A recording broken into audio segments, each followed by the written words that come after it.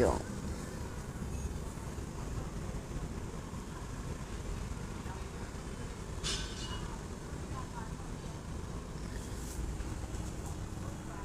ఈ ఫీడ్ వేసినప్పుడే రెండు ఇలా పైకి వస్తాయి.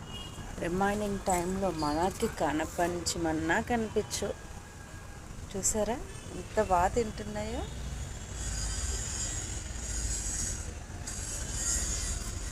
ఇది కొన్ని బుల్లి చేప.